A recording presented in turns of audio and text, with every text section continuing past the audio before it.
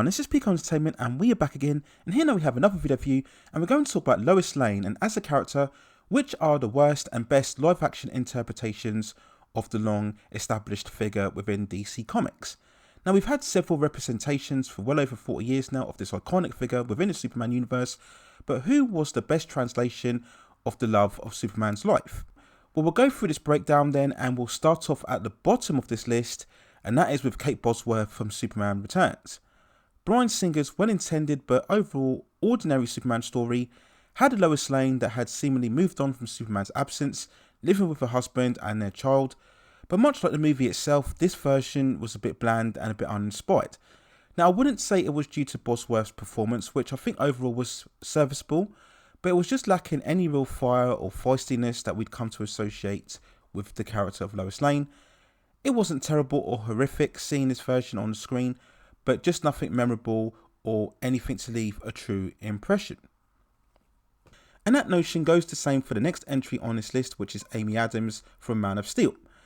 Now this version did show Lois using her investigation skills to track down Clark, who was not yet Superman but was still travelling around the world using his powers to save people. And whilst this was a novel approach, it didn't do anything to invigorate any real spark between Lois and Clark, with the chemistry between them being practically non-existent, which was a huge problem throughout the film as you never really believed in their relationship. Amy Adams is a very sweet Lois Lane, but she doesn't really have that driving, go-getting personality that you'd want to see from the character. And being a natural redhead, she just doesn't have that classical Lois Lane look, which should always be dark hair, black, or very brunette at the very least.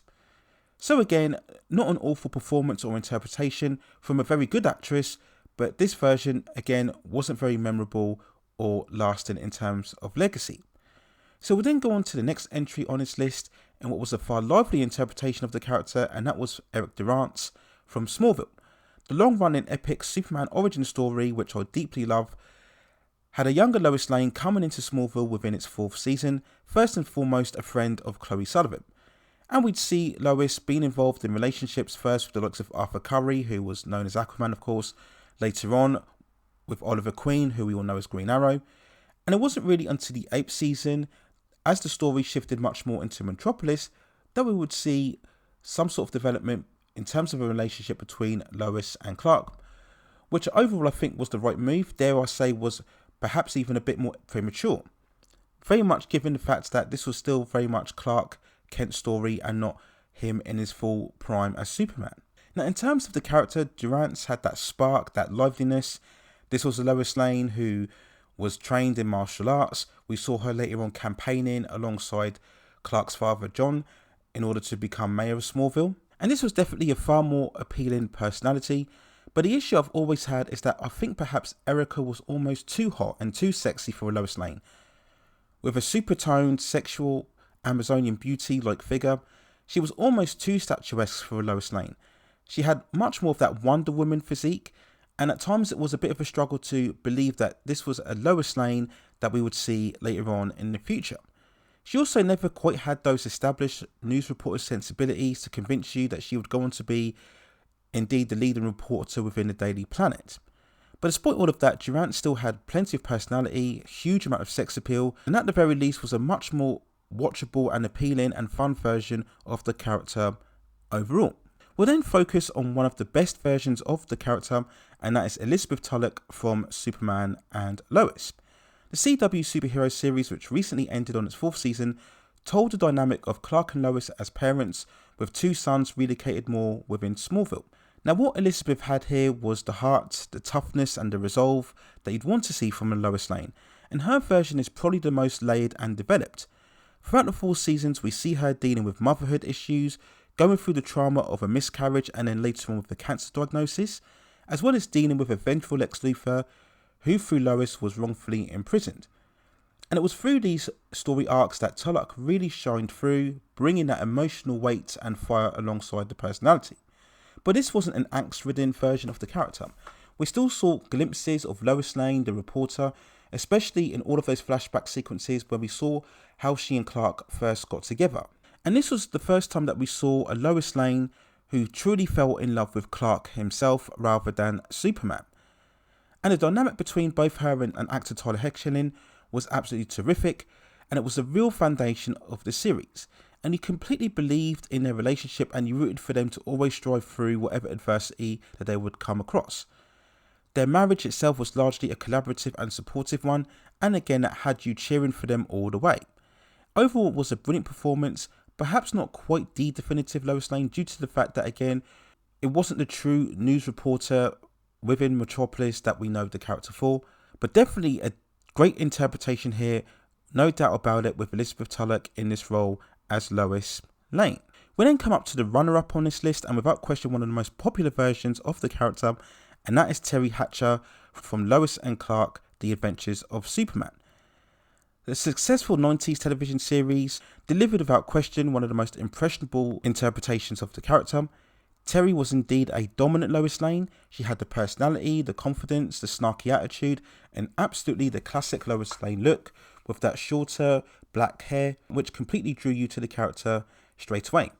And yes, as a young man growing up throughout the 1990s, I was one of many teenage men completely captivated by her stunning beauty and her looks. Teri Hatcher at the time was deemed the most hottest woman on the planet within the FHM magazine, and that decision was completely justified. And yes, she is a fantastic Lois Lane, and she also had a great screen chemistry with the Superman actor Dean Cain, the two actors themselves being aesthetically perfect at the time. A very accessible Clark and Lois, always great to see them on the screen together. And I think at times Teri was almost too dominant a personality, as there were many times where she would go on to actually overshadow Clark in terms of a character on the show. And that wasn't necessarily a weakness of actor Dean Cain, it was just the strength of Hatcher's performance, her own charisma and performance that at many times made Lois the actual star attraction of the series. So without doubt, a pure classic Lois Lane, and for many fans, they would have put her at the number one position of this list, no doubt about it. But we do then come to it at last then, the number one best live action Lois Lane that we have seen on the screen. And yes, it is still Margot Kidder from the iconic Richard Donner's Superman movies. While she did play the role in all four of the films starring Christopher Reeve as Superman, it was indeed the first two films where she is the most prominent. And it's still Margot at the top here because she has all of the best elements of all other versions of the character. She has that fire, the determination, the confidence, the resolve, but it also remains a vulnerability and at the same time a bravery and recklessness in terms of her putting herself constantly in danger to chase the story and then being saved by Superman, which is the classic narrative of the whole Superman and Lois dynamic if we really think about it. For the most part, she was a real live wire with an infectious energy, and this is what you would absolutely want to see from Lois Lane. And this is a Lois Lane that is very much in love with Superman, and overall she really sees Clark much more like a younger brother. Now, the eventual romance between Superman and Lois was explored in the second movie, and whilst many take issue with Superman eventually erasing Lois's memory of his identity, I think in many ways that was right, because it showed Superman was willing to sacrifice his love for Lois in order to be the Earth's protector once more. He came and made the mature decision and realization that he cannot have both, no matter how much he wants it. And this version of Lois provided many of fun and entertaining moments, especially in the second film where she's completely convinced that Clark is Superman, that should go to any lengths, including jumping into a river, and then we see Clark doing all sorts of maneuvers to save her without actually turning into Superman himself. But that was what was special about this Lois Lane. She very much acts on impulse and her instinct. Yes, at times she could have the more cynicism look on the outside world, but overall she was still very appealing as a character, and again you truly believed in her as a personality and that Superman would indeed fall in love with her. So overall, Margot Kidder still remains the best Lois Lane version so far. Now of course we do know that we have the upcoming James Gunn Superman movie next year in 2025.